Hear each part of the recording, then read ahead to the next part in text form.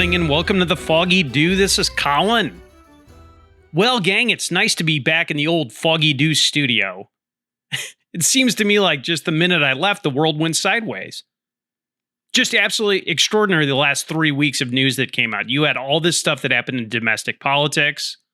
You had this explosion with Anthony Fauci.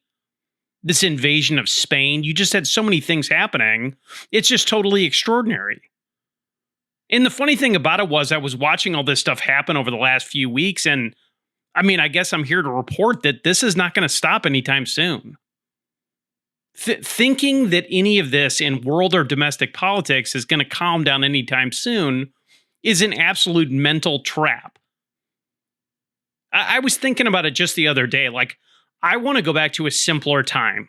I would love to go back to the 80s, 90s, aughts, right? A simpler time.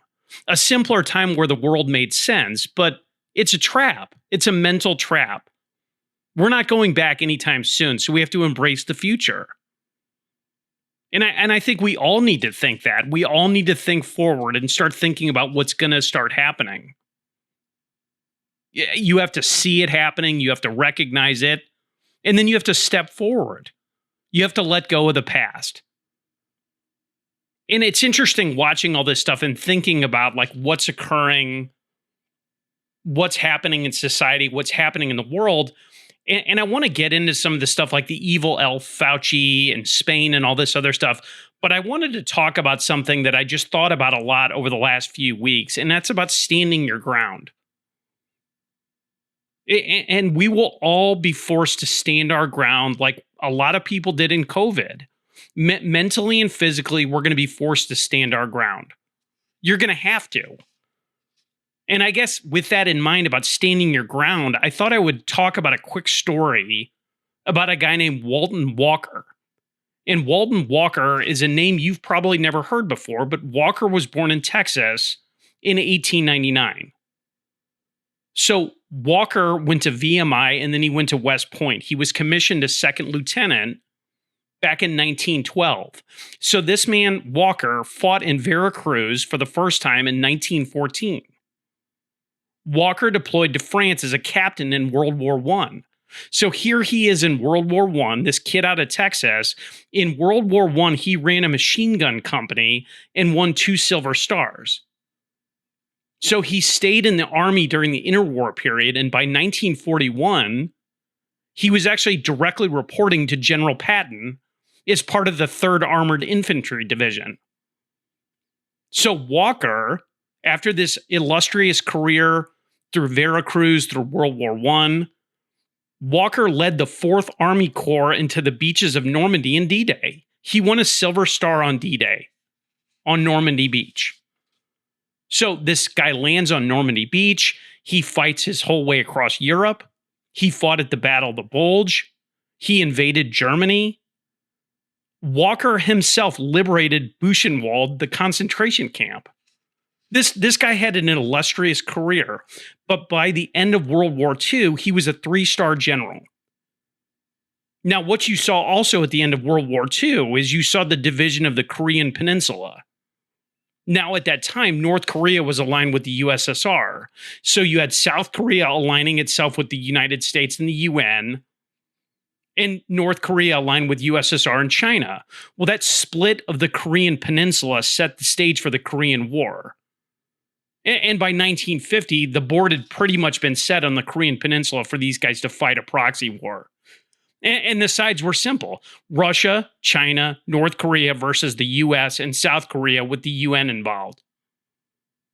Well, I think everybody knows on June 25th, 1950, North Korea ended up invading South Korea. They pushed across the 38th parallel, and 75,000 North Koreans spilled south, killing everything that they could find.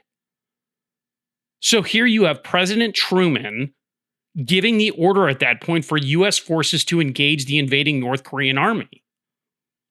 Well, what he did was that Truman tasked the 8th Army with repelling the invading North Koreans. Well, guess who commanded the 8th Army? That would be General Walton Walker, this illustrious hero from World War I, World War II. Walker's orders given by Truman. His orders were to drive the North Koreans back across the 38th parallel. Well, the problem with it is that when that occurred, Walker and the 8th were not in a position to advance on the North Koreans. They're playing defensive football at this point. The North Koreans are coming fast and hard.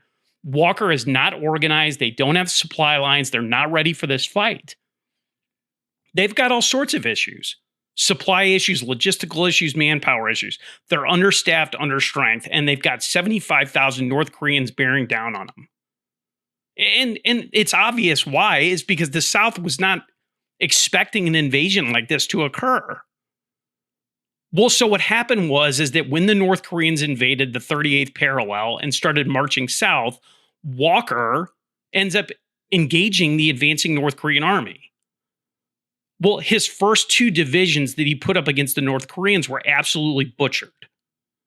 So Walker has heavy fighting. He's got mounting casualties. Well, what that does is it puts Walker in a defensive mindset. He's in no position to push the North Koreans back across the 38th parallel. He is on his heels now, going south. And again, it's obvious at this point, Truman's orders were not practical because Walker had no advantage to press. So Walker is sitting here. He could barely hold a defensive line as the North Korean army advanced. He's basically fighting a retreat. He is in a fighting retreat now, headed south. Walker and the 8th Army lost at Osan. They lost at Chonan. They lost at the Kum River. They lost at Yeongdown.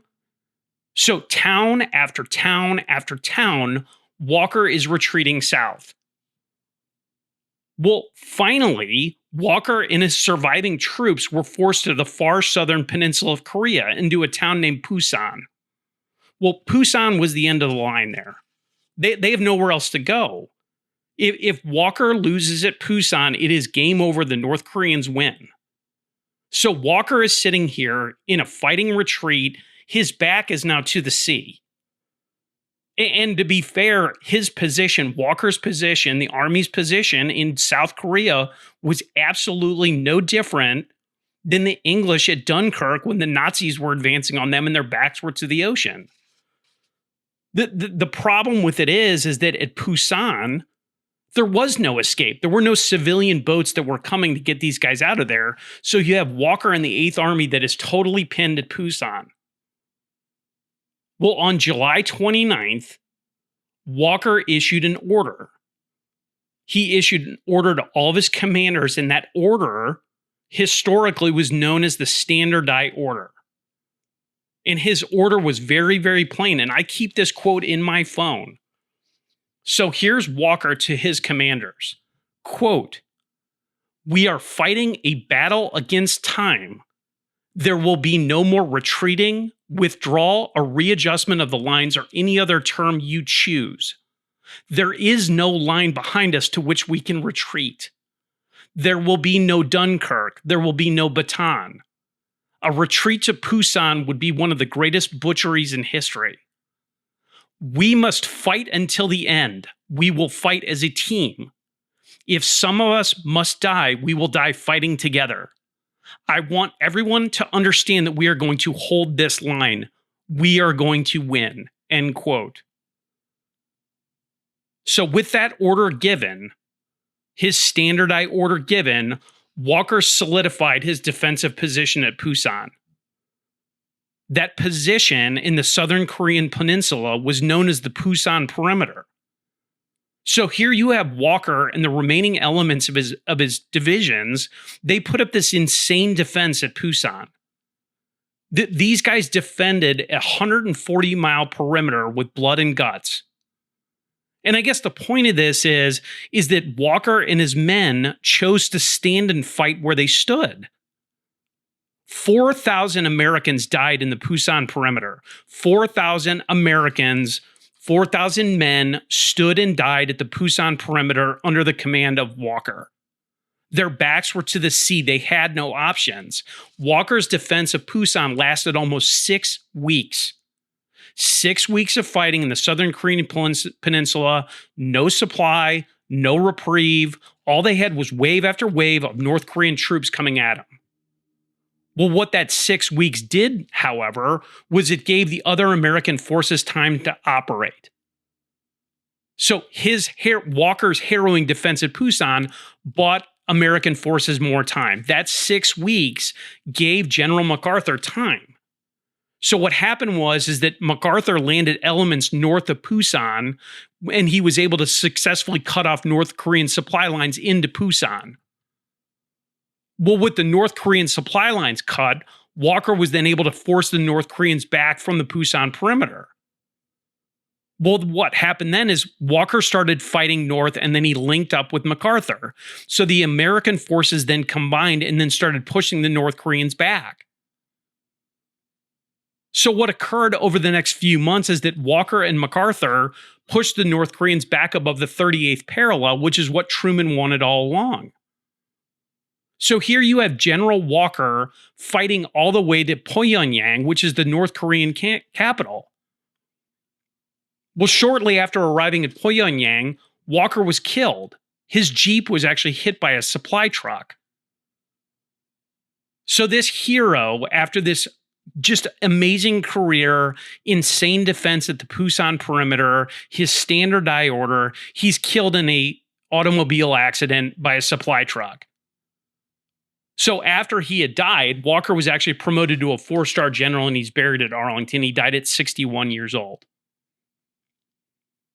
But I guess my point in bringing up this story, and I thought about it a lot the last 3 weeks, General Walker understood reality. And I think we all have to understand reality at this point. He knew that sometimes you have no choice. I mentioned at the beginning of this segment, like, I would like to retreat into the past. I would like to go to a simpler time, but that's not what we've been given. That's not the deal that we drew. All of us, anybody listening to this, we are all going to be forced to stand and fight at a certain point. And that's reality. And Walker knew that.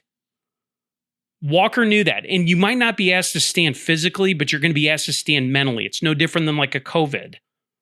You're going to have to stand up and say, no more. I'm not wearing your stupid mask. I'm not taking your stupid vaccine. You're going to have to fight. And you're going to have to hunker down, and you're going to have to move forward. But I guess my point in this is that thank God for brave men like a guy like General Walker, who showed us how to stand when it mattered. And I kept thinking about Walker the last few. I don't know why this got stuck in my brain about it, but it's just like it's one of the most insane defenses in military history that's totally forgotten about. And again, here is this brave man that dedicated his life to America and showing you what good was. And there was a quote by his old boss, General Patton, that I thought was so interesting that really, to me, encapsulates a guy like Walker, which is this. So here's General Patton. Quote, "It is foolish and wrong to mourn the men who died. Rather, we should thank God that such men lived."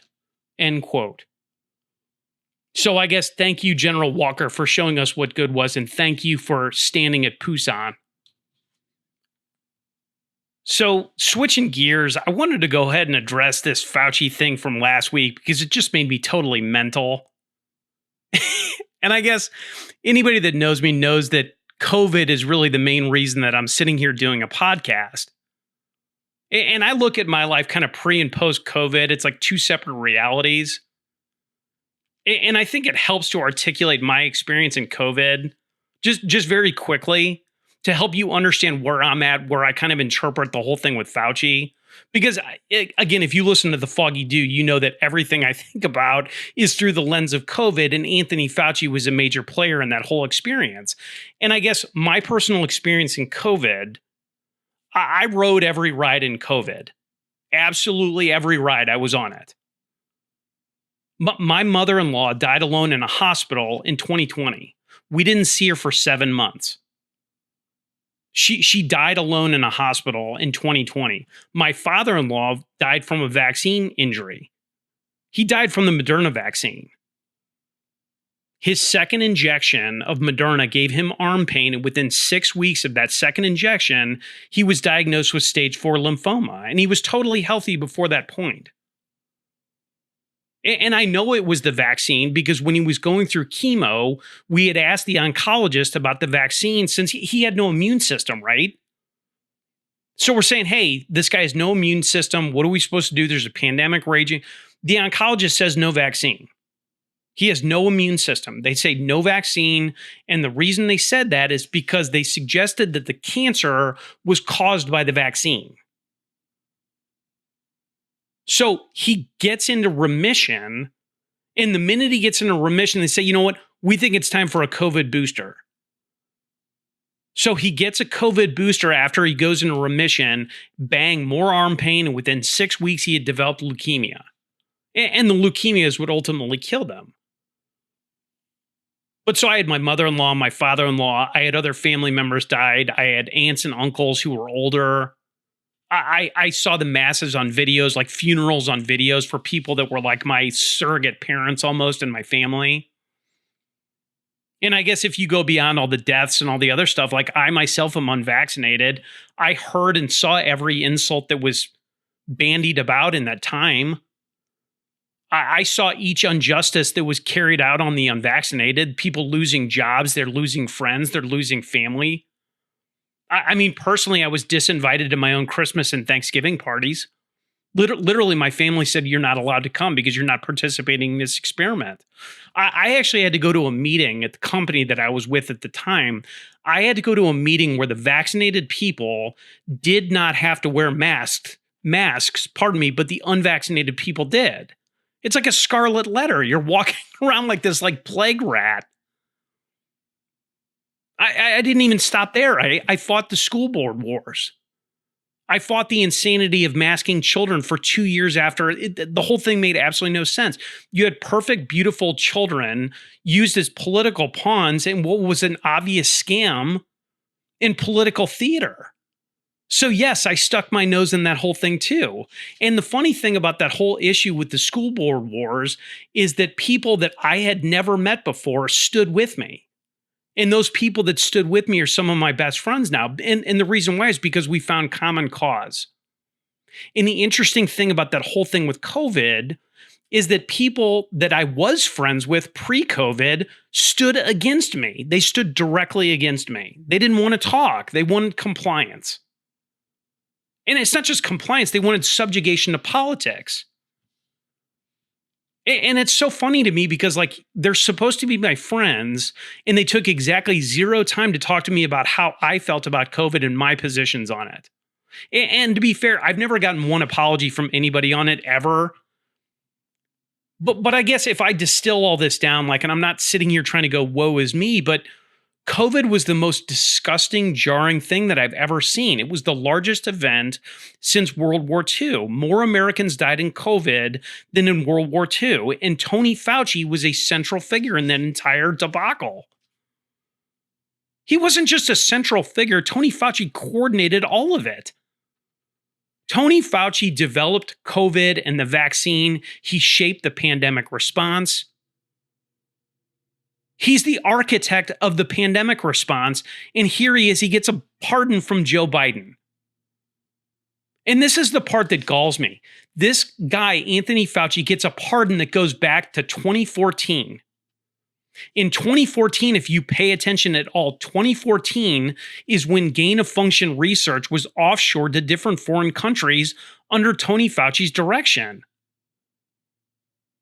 So when Joe Biden is slithering out of office, Anthony Fauci gets a preemptive pardon with an auto pen signature for 12 years of bad behavior.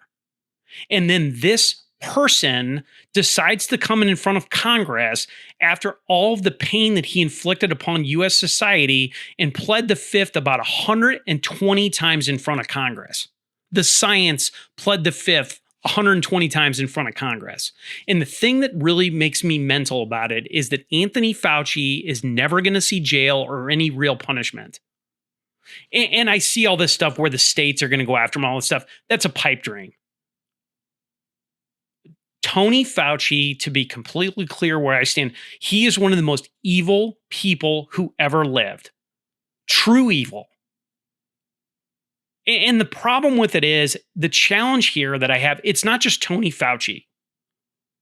who, again, who's just despicable. Tony Fauci to me is the same as January 6th.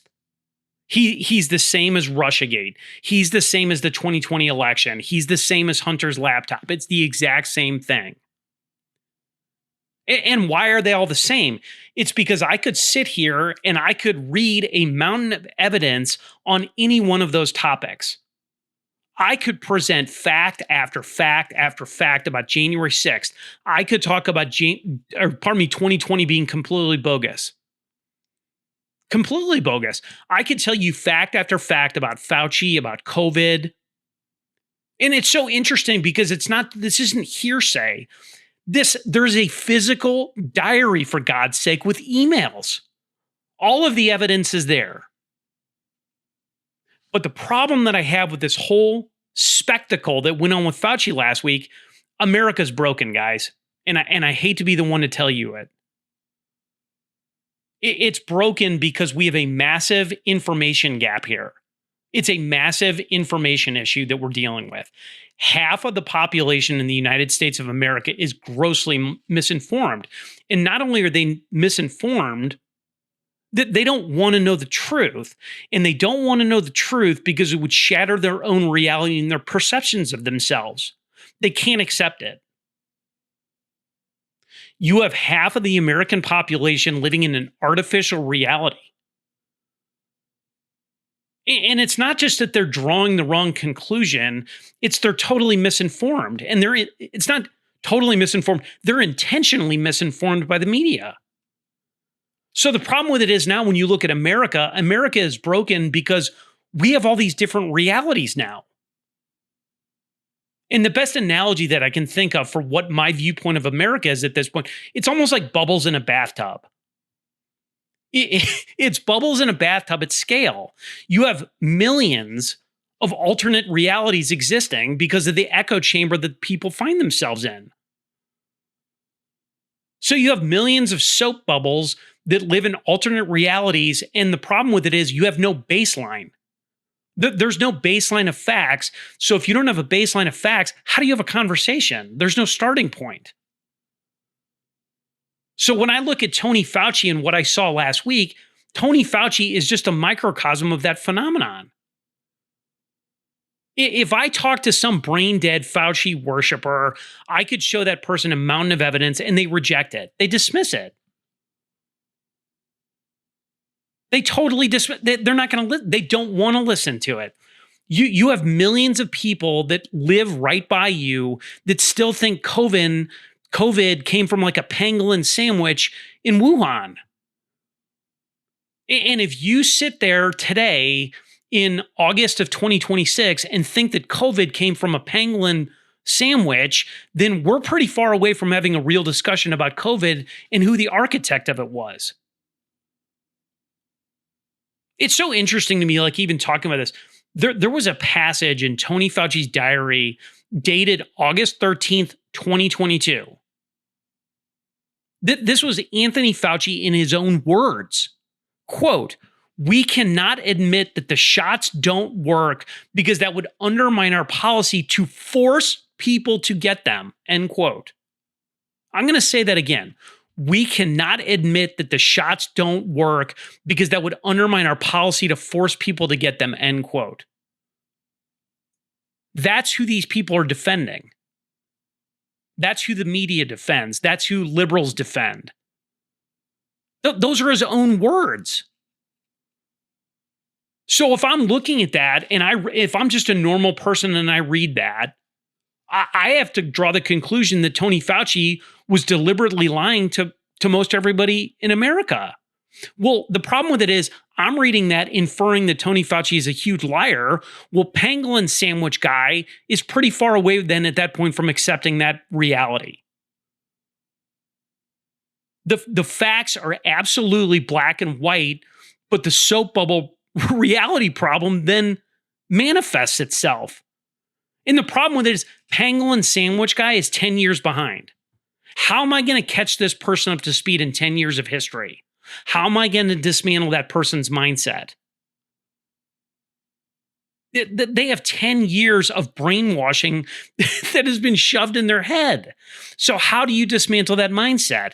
How do you apply this logic then? How do you apply that same logic about educating somebody about Tony Fauci? How do you apply that on a 2020? How do you apply that on a January 6th? How do you apply it on a Russiagate? And this is the real problem, is that society, American society, is completely fractured by this massive information gap. And one of the main culprits in this is the media. The media came out in COVID and made declaratory statements. Not just in COVID. They walk out and they said, 2020 is the most secure election ever. Quote. What?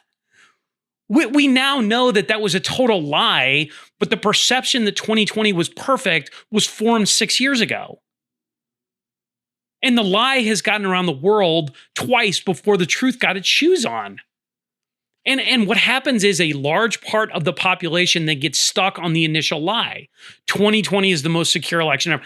You'll never get them off that off that position. They adapt immediately to the falsehood. And getting them off of that falsehood is impossible because they're totally dug in. It shaped their worldview. It aligns with what they want to be the truth. So the people that actually who wait for the truth, like myself, I'm waiting for the truth, so I'm conceding the narrative.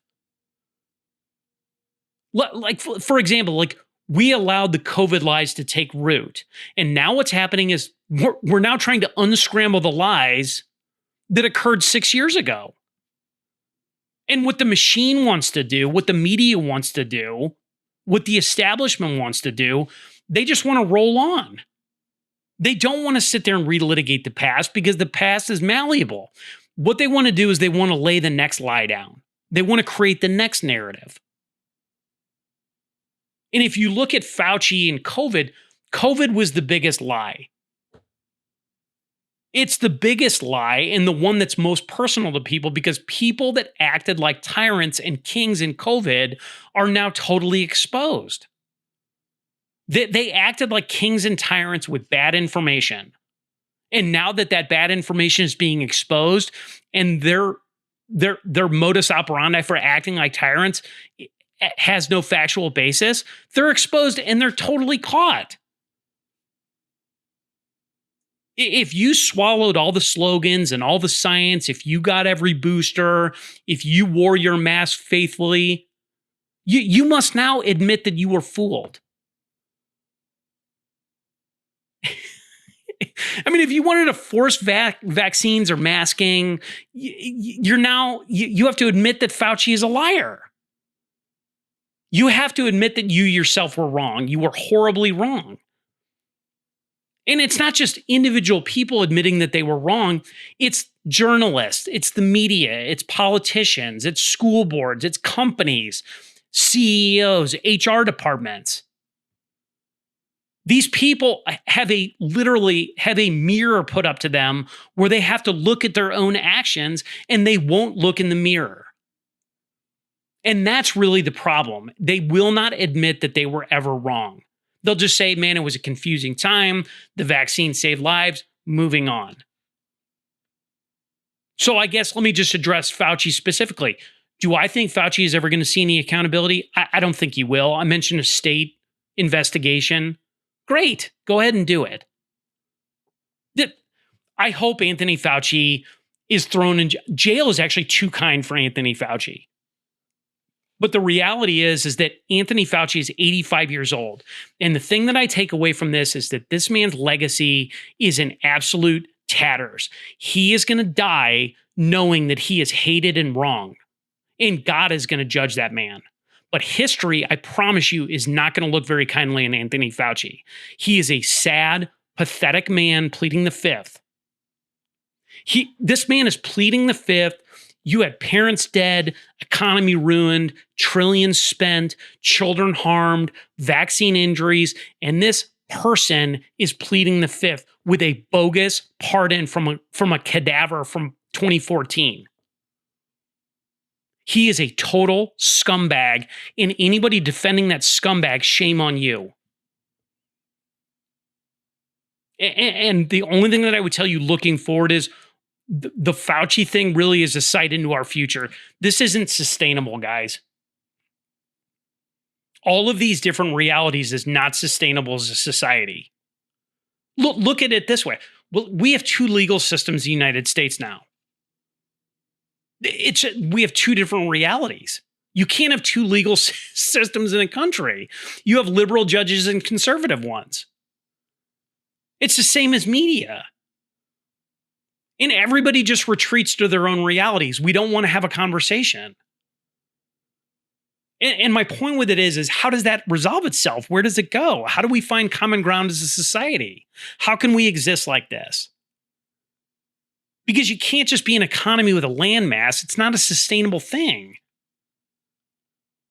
And what I would tell you is that I really expected more out of the Fauci hearing, but the Fauci thing in Congress is really just more direct evidence to you that this issue of fracturing society is very real.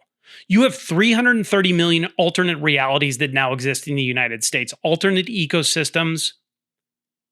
That's not a country. That's not sustainable.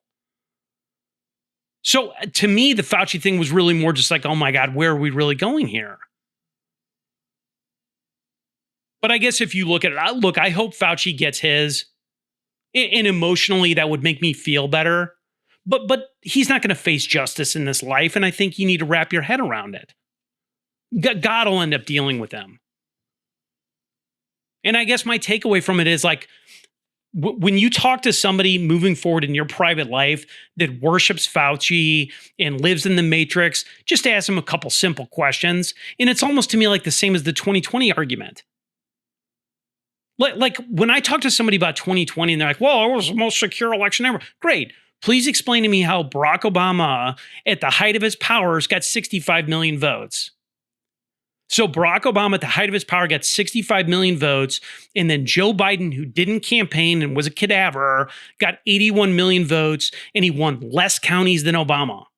Please walk me through how 16 million more votes appeared in less counties. And COVID is the exact same deal. If you're talking to some lame brain stuck in the matrix that's defending Fauci, why did Anthony Fauci need a pardon going back to 2014? Why did Pfizer hide the clinical data on the vaccine for 75 years? Do you, in retrospect, think that masking kids in 2022 was appropriate? Do you know anyone fired for being vaccinated? For not vaccinating? Do you agree with that position at this point? That somebody should have been fired for not participating in the vaccine? Do you know anybody vaccine injured? Do you think anybody that's vaccinated, do you think anyone that's unvaccinated regrets their choice? Do you think anybody that's vaccinated does? Just really simple questions, just to get them to think. Because I know plenty of people who are vaccine injured. That's not okay. And I guess the easiest thing, if they're a parent specifically, like, was it worth sacrificing our kids' future to save the sick and the old? Time's going to bear all this out, guys. But I'm telling you, Anthony Fauci is not the end of us. He is just a marker. He is just a marker for where our society is at this point, and it's really just a pathetic thing. So anyway, those are my thoughts on Fauci. So another big topic that I wanted to kind of dive into, and I think I alluded to it earlier in the show, I wanted to talk briefly, maybe not briefly, but I wanted to talk about the videos that came out of Spain last week. Just absolutely unreal video photographs coming out of Spain. The estimates vary on how many of these illegals stormed Ceuta in Spain, but the best estimate that I saw for how many invaders came in was about 50,000. So here you have Spain in Ceuta, you have 50,000 Muslim fighting age men storming Ceuta, Spain, coming in from Morocco. 50,000 Muslim fighting age men. If you watch any of the videos, if you look at any of the photographs, there are zero Zero women and children. It was wave after wave after wave of fighting age man. Pedro Sanchez is the prime minister of Spain. Sanchez is a socialist. His government, the socialist government of Spain, has been on the ropes for the last couple of years by the nationalists. So the socialists in Spain under Sanchez have been legalizing these invaders. And the funny thing about it, it's not just legalizing them in Spain. When you naturalize them in Spain, when these invaders are given Spanish naturalization, they can go all over the EU. So when you look at what's going on in Spain, it's really not just a Spain issue, it's actually an EU problem. And I've got a couple thoughts on this whole thing. First is these videos. The videos that we saw coming out of Spain were very similar to the ones that we had in the United States. So I don't know where all the shock is coming from. The United States under Joe Biden had 10 to 20,000 invaders storming our border a day. 10 to 20,000 a day.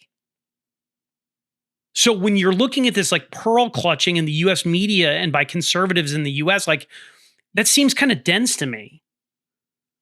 50,000 invaders in Spain seems like kind of a drop in the bucket when you're talking about 10 to 30 million illegals storming our own border. And the funny thing about the 10 to 30 million people that invaded our border, we had a vegetable in the White House named Joe Biden that said that we needed new legislation to stop the influx of invaders. Well, obviously, his position that we needed new legislation to stop this thing was a complete lie. Joe Biden, in the sycophants in his administration, like Alexander Mayorkas, they deliberately opened our southern border. When you deliberately open my front door and let in people that are not supposed to be here, that is treason. That is a betrayal of the citizenry and the people. It is black and white. And the funny thing about it, it's like all this stuff like with Fauci that I talked about before. Like, Donald Trump on day one proved Joe Biden was a liar.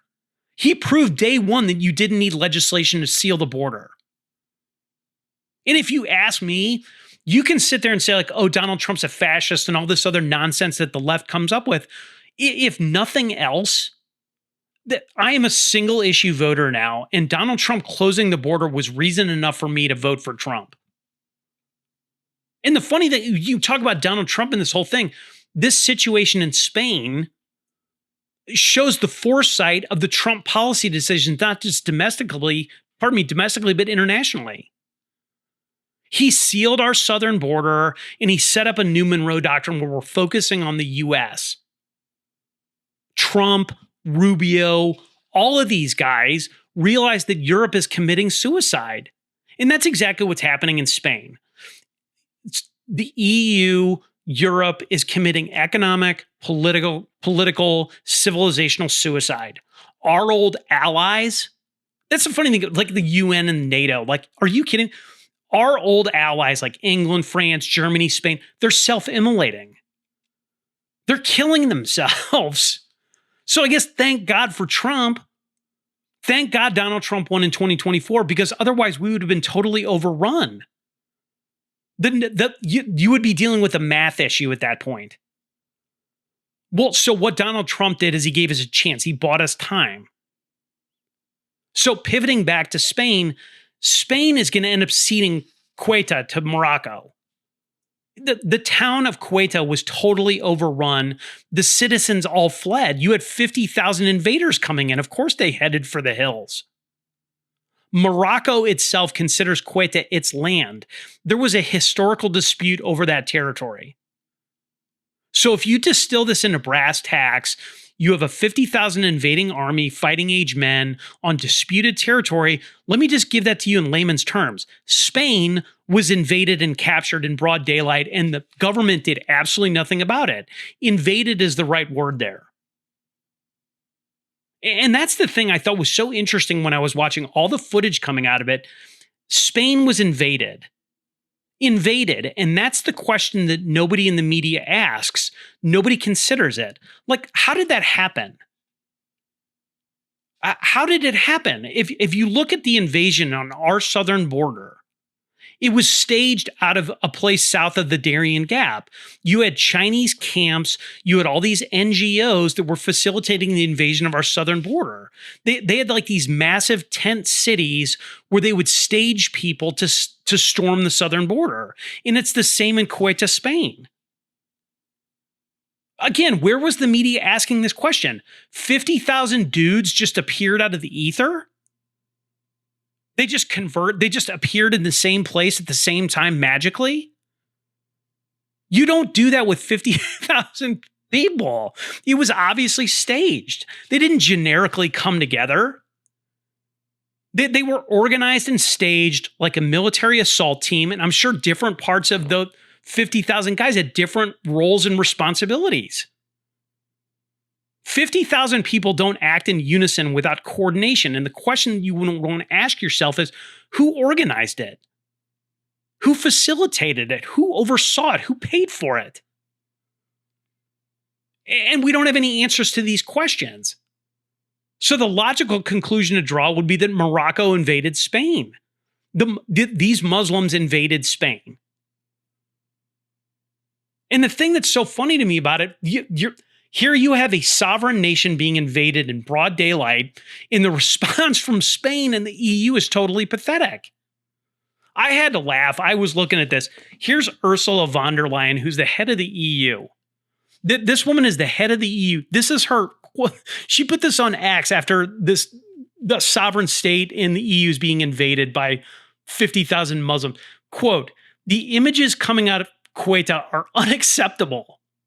We cannot allow anyone to come into our union without abiding by our rules. Dangerous crossings must stop immediately. Smuggling networks must be dismantled, and returns must be swift as our rules allow. I tasked 2 commissioners to control the situation." Some Brunner person is already working closely with Spain and ready to travel to critical points. I am confident our close partnership with Morocco will help deliver concrete results, end quote. Man, that's really got to be comforting if you're a Spanish citizen hiding under your floorboards. If you're a Spanish citizen fearing for your life now, running into the hills, you've got to be really just, that's got to put you at ease. The head of the EU is putting a commission together to discuss it. And she's going to get you some concrete results. Notice what she's not saying. She's not saying, hey, we were just invaded by a Muslim army of 50,000 fighters. She's acting like it's a normal day. She's going to get a committee together. We'll get a nice fruit basket. We'll have a committee. We'll have a nice talk about it. She's sitting here typing away on X, getting a hotel room with a fruit basket and a committee together, while citizens of Spain and the EU are running for their lives, betrayed by their governments. And again, these are definitions, right? 50,000 invaders descended on a city. That's an act of war. That's not some humanitarian issue where you get a committee together. These aren't women and children. And I would sincerely hope that if you're like a normal person in the EU, that you're waking up. And obviously something changed over there because 22 of the 27 EU countries demanded an immediate summit with Ursula von der Leyen. And you know what? That's just what they need is more meetings. They want a summit. A summit. They want a nice hotel, nice dinner, some nice wine, some conversation. We'll kind of talk about it. And the funny thing is, if those conversations don't involve mass deportations, if the conversations don't involve mass deportations or a military response, then really what's the point of the committee meeting? And that's the real problem here. These Moroccan Muslims, these invaders, they know how to fight. They know exactly what they're doing. And I guess when I look at this whole thing, it's so fascinating to me because post-World War II, mankind in Western civilization has lived in a total aberration. We've had an artificial reality constructed because of World War II. We've had 2 generations of men that have not had to physically fight to defend their border. And if you look at history, the last 10,000 years of history, man has fought for borders. History of mankind is the history of warfare. Men have fought and died for millennia for borders, ideals. 99.9% of men that existed in human history did this. And we just happen to live in the time where 2 generations of men have not used that war muscle. They haven't had to put guns pointed outward on invaders. And that's the real issue here. We've never had to hold a rifle at our border to keep the invaders out. And I guess bad news for everybody. Here come the invaders. Fancy words, laws, committee meetings aren't doing the trick. And that's the problem here. And the people responsible for upholding these fancy laws and fancy words are failing. People like Ursula von der Leyen, Sanchez in Spain, Joe Biden, they swore to protect these borders. And they failed us. They failed the citizenry. They betrayed us. And why are they doing it is the question. I don't even understand it. Why do they do this stuff? Why did Joe Biden let it? Well, I know why Biden did, but like, why would Spain do that? Why would EU do that? Is it because of power, for ideology? Because all they're doing is killing their own nation states. They're killing Western civilization. And I don't know much. Look, guys, I don't know much, but I'm very happy to say that I live in a place that has the Second Amendment, because at least here you have a chance. Like if you're a citizen in Quetta, you literally are looking at this onslaught of people coming at you, and you're meeting it with a frying pan and a broom. At least in the United States, we have firearms where we could organize a defense if it got to it. And I guess really, if it got to it is the right word, because long term, all of this is really bad.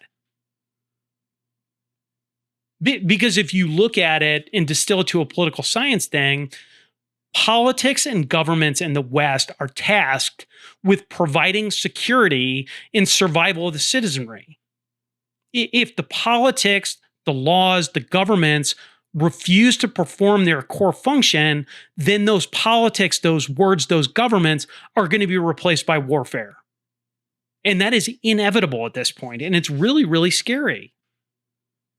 And I guess you would want to ask yourself, does anyone here listening to this who pays attention to European politics, do you see any type of like MAGA, America First movement emerging in the EU? There isn't. If you look at like AfD and some of these other like MAGA adjacent parties, even if you look at like the Labour Party or some of the guys in Europe, like in England, they're not anywhere close to a MAGA. It's a milquetoast conservative response. And the only thing I can tell you is without a steep political response with political pressure, you've got a short hill going down. Because the committee class is not going to solve this. Another meeting's not going to do it. The only thing that's going to do it is deportations and a military response. And you have to have people in political parties that are going to be calling for that. And again, I think all of this, what this is going to do, we are going to have militant right-wing nationalism, or we're going to have socialism and communism. And this is a step closer to right-wing nationalism. Because you're going to be forced to pick up weapons to defend your homeland. And you're going to have to get real racist, and you're going to have to start looking at these different classes like Muslims and all these other things. It's unfortunate, and I don't want it to be that way, but that's where this is going. Anyway, just madness out of Spain. Trust me, I'll be watching it. So I had one last segment that I wanted to get through. I know I've gone kind of long already today, but I wanted to make kind of a note about something that occurred on Saturday night. And I debated even putting this whole thing in there, but I'm going to preface this story. And I've already on the show today talked about the school board wars of 2021. Well, because of COVID, I had started attending Board of Education meetings at my kid's parochial school. And the funny thing about it is that I attended all these meetings, and I actually tried to get on the board, but I was rejected.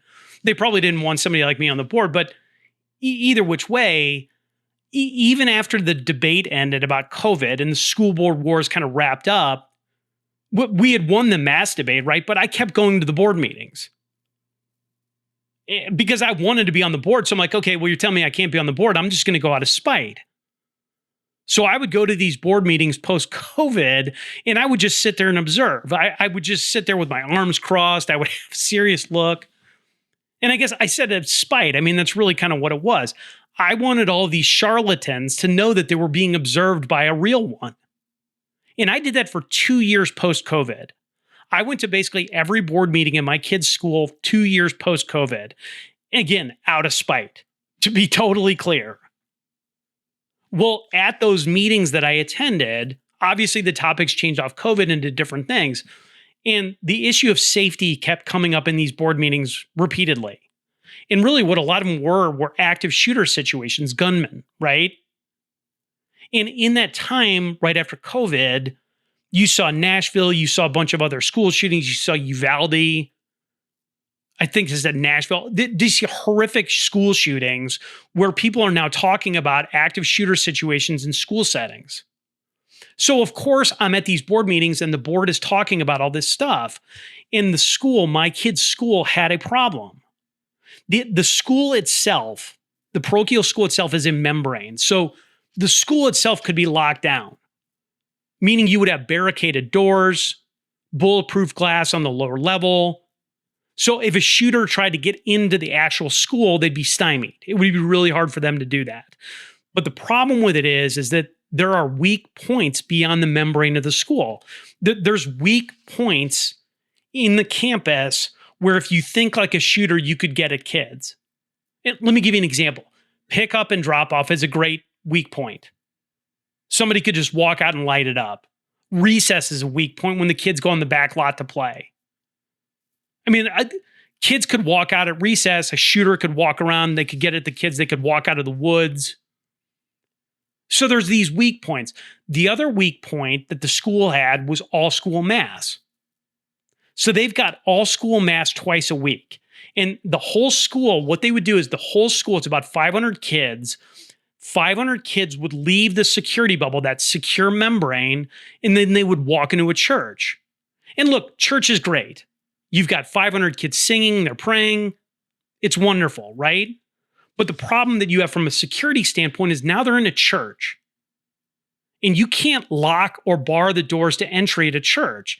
So really what you have, if you distill it to brass tacks, is twice a week now, you have a massive security issue because you have taken kids out of the protective membrane into a place where they could be assaulted. The church is unprotected. And if you look at that situation in the church, really what it is, it's just the staff, which is mainly women teachers. And unfortunately, there's just not that many men, dads, that attend all school mass. Most of these dads are like at work. So if you look at the whole scope of this, from the school to the recess, drop off, all this stuff, the church is a massive target if you're looking at it from a weak point in security. Well, the board knew all this. And I was at the meetings. They talked about it. So they started coming up with options like, okay, let's get a security guard. They said no. The school said that was too much liability to get a security guard. It cost too much money. Well, can we get the cops? No, the cops won't allocate a patrol car. So all these parents on the board were offering up different ideas like, hey, have you thought of this, thought of this, thought of this? No. The school just kept refusing everything. So it just became really frustrating for a lot of different reasons. But here you have this school with an open problem. It's a visible problem and they wouldn't fix it. So I'm sitting here at these board meetings listening to all this stuff. And just before I get into this, to be totally clear, I usually attended mass in COVID because these people had kids wearing masks in church. So what I would do is I would go to church and I would stand there without a mask just to prove how silly the whole thing was. I wanted to prove a point. So I'm sitting here looking at the situation. I'm like, I'm going to mass anyway, and I'm hearing about security issues at mass. So I'm sitting there going to myself, okay, well, the school isn't providing a solution. The police is not providing a solution. There's an obvious problem here.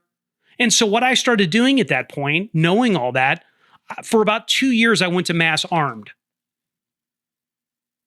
I have a Smith & Wesson Shield Plus with a Kydex holster that I can put inside my belt.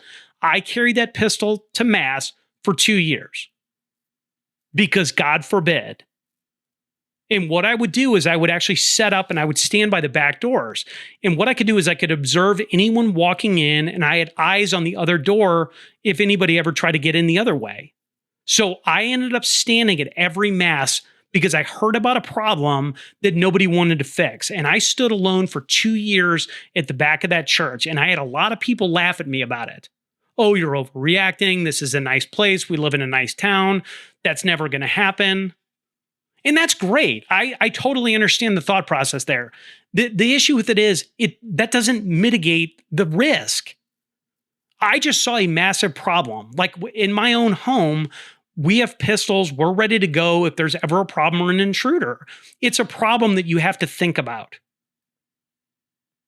And if you look at the different side of that coin, you could say, oh, well, you're overreacting. Well, that's great. You can sit there and say that I'm overreacting, but how are you planning on stopping a shooter if they actually came in?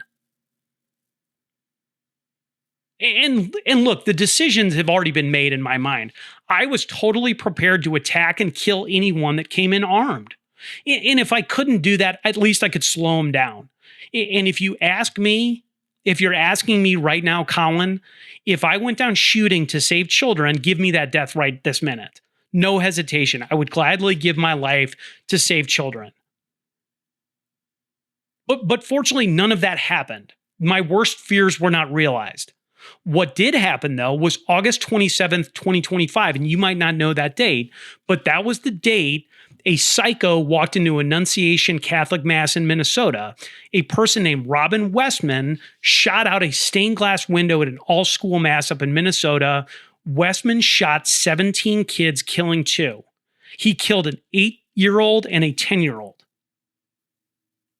Now, there was nobody there who could fight back, and those kids were sitting ducks. Well, right after that, remember, I told you I'd been standing alone at all school mass. Well, the next all school mass, there were a lot of dads there.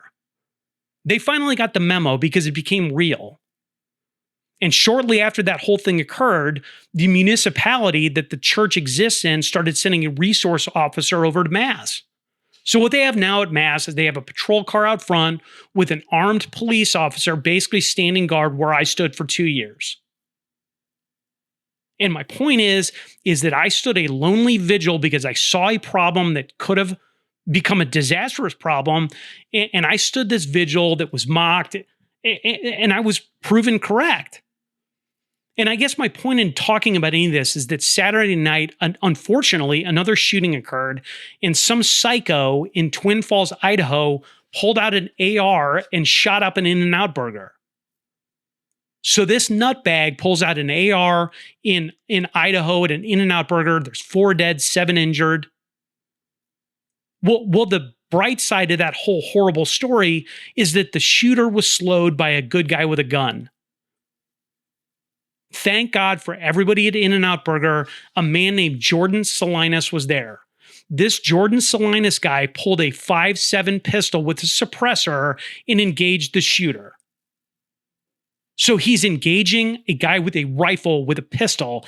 You got brass balls on this guy. This guy is a total legend. Engaging a rifle, an AR with a pistol is totally cold. Jordan Salinas is a automatic American hero. Well, what happened is immediately after this whole thing happened and they identified who Jordan Salinas was, the internet went to work.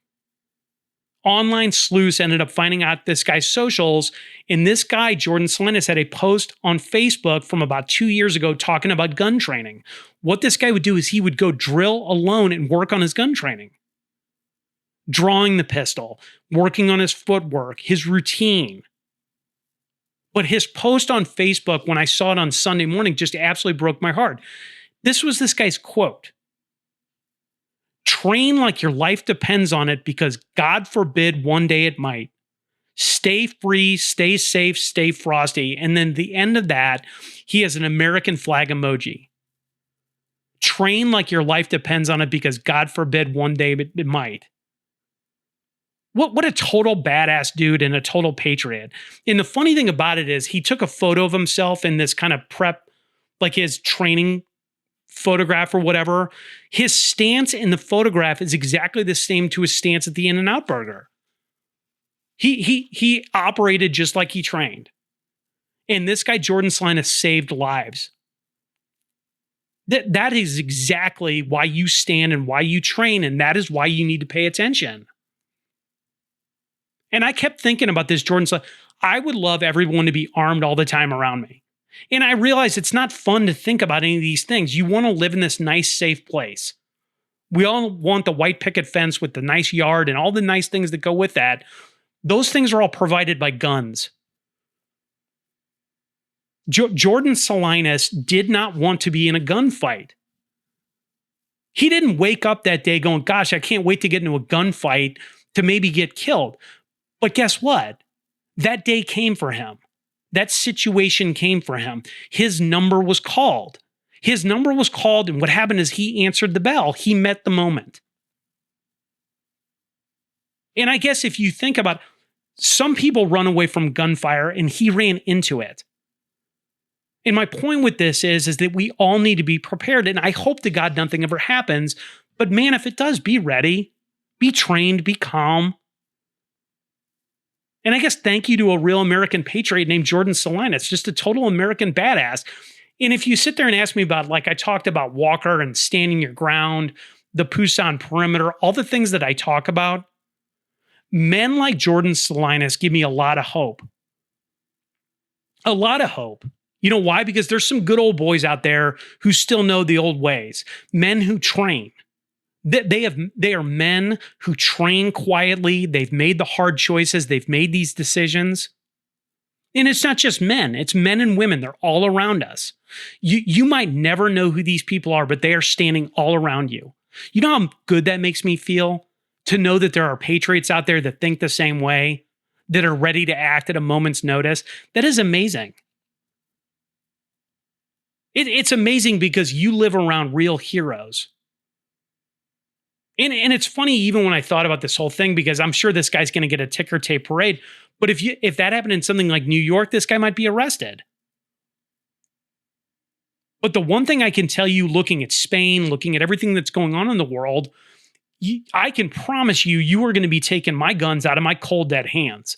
And I would imagine that a person like Jordan Salinas, a real American patriot, shares that opinion. Because the Second Amendment was always the most important one. It is the power from which all other rights flow. And every single one of us is the militia. That is our responsibility that was given to you by the founders. Every single American is a soldier. You are a Minuteman. The founders were very clear about this. Again, I keep a lot of quotes in my phone, and I keep a quote from a guy named Tench Cox in my phone. Tench Cox he is a footnote historically. He was like an economist in 1776. Tench Cox worked closely like in the Revolutionary Congress. He was actually a Pennsylvania delegate to the Continental Congress at one point, but he had this quote that had always really kind of stood out to me for a number of different reasons. Here's Tench Cox's quote, because he's talking about the Second Amendment and when they talk about the militia. Quote, "Who are the militia? Are they not ourselves? It is feared then that we shall turn our arms each man against his own bosom. Congress has no power to disarm the militia. Their swords and every terrible implement of the soldier are the birthright of Americans. The unlimited power of the sword is not in the hands of the state or federal governments, but where I trust in God, it will always remain in the hands of the people." And guys, that's it. We are the militia, a well-regulated militia. Nobody's coming to save us. Nobody is coming to save us, so we better save ourselves. So anyway, I'll stop this rant. Thank you, Jordan Salinas. You are a true American hero. I'm just stunned by your bravery. Thank you so much. Okay, I'll go ahead and wrap the show up. If you like the show, please go ahead and tell a friend about it. If you would, please follow us on Spotify. You can also follow us on Instagram at Foggy Dew Daily. If you have questions for the show, please go ahead and email us at foggydew95@gmail.com. But in the meantime, I'd ask you to say a prayer, ask questions, and stay vigilant. This is the Foggy Dew, signing off.